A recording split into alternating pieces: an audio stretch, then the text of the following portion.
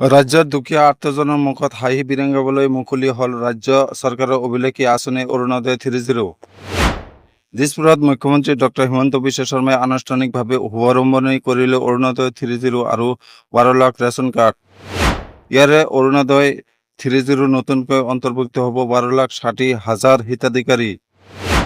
নতুনকৈ অন্তৰ্ভুক্ত হ'বলগীয়া হিতাধিকাৰীৰ তালিকাত থাকিব বিধৱা, অবিবাহিতা, বিবাহ বিচ্ছেদ অথবা আশ্ৰয়হীন মহিলা, একেদৰে ভিক্ষাৰী, বিশেষভাৱে সক্ষম তথা তৃতীয় লিংগৰ লোক প্ৰথম অগ্ৰাধিকাৰ পাবলগীয়া। এইসকল লোকৰ উপৰিও বছৰি ২ লাখ টকাৰ তলৰ উপাৰ্জন কৰা পৰিয়ালৰ মহিলাই লাভ কৰিব অৰুণোদয় ৩.০ সুবিধা। অৰুণোদয় ৩.০ আঁচনিৰ শুভাৰম্ভ কৰি মুখ্যমন্ত্ৰী হিমন্ত বিশ্ব শৰ্মাৰ ডাঙৰ ঘোষণা। বৰ্তমানৰ হিতাধিকাৰীসকলেও কৰিব লাগিব নতুনকৈ আবেদন। অৱশ্যে অৰুণোদয়ৰ সুবিধা পাবলৈ আবেদনকাৰীৰ হাতত থাকিব লাগিব ৰেচন কাৰ্ড। ৰেচন কাৰ্ড থকা লোকেহে লাভ কৰিব অৰুণোদয় ৩.০ সুবিধা। অৰুণোদয় ৩.০ হিতাধিকাৰী হ'বলৈ পূৰ্বে লাভ কৰি থকা অৰুণোদয় ১.০ আৰু অৰুণোদয় ২.০ হিতাধিকাৰীয়েও কৰিব লাগিব আবেদন। আবেদনকাৰীৰ আবেদনৰ সংখ্যাৰ ভিত্তিত ভোট কেন্দ্ৰৰ পৰা সমানুপাতিক হাৰত চৰকাৰে প্ৰদান কৰিব অৰুণোদয় ৩.০ সুবিধা। দিছপুৰত আঁচনিৰ শুভাৰম্ভণি কৰি এই গুৰুত্বপূৰ্ণ ঘোষণা মুখ্যমন্ত্ৰী ডক্টৰ হিমন্ত বিশ্ব শৰ্মাৰ। অৱশ্যে অৰুণোদয় ১.০ অথবা অৰুণোদয় ২.০ হিতাধিকাৰী হ'লেও হিতাধিকাৰী অন্তৰ্ভুক্ত নহ'ব পাৰে অৰুণোদয় ৩.০।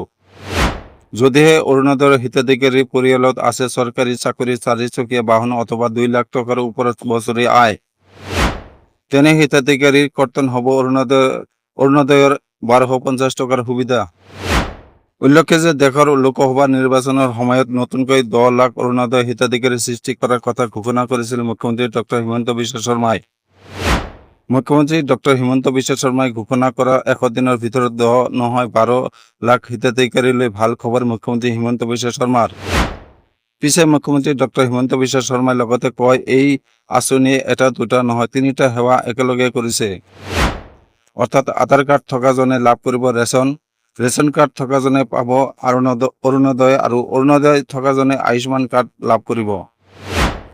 ৰাজ্যত নতুনকৈ ঘোষণা ১২,৯২,১৬৭ গৰাকী লোকৰ ৰেচন কাৰ্ড তৈয়াৰ হ'বলৈ আৰম্ভ হ'ব অৰুণোদয় আবেদন প্ৰক্ৰিয়া। কিয়নো নতুনকৈ ৰেচন কাৰ্ডগৰাকীও আবেদন কৰিব পাৰিব অৰুণোদয় ৩.০।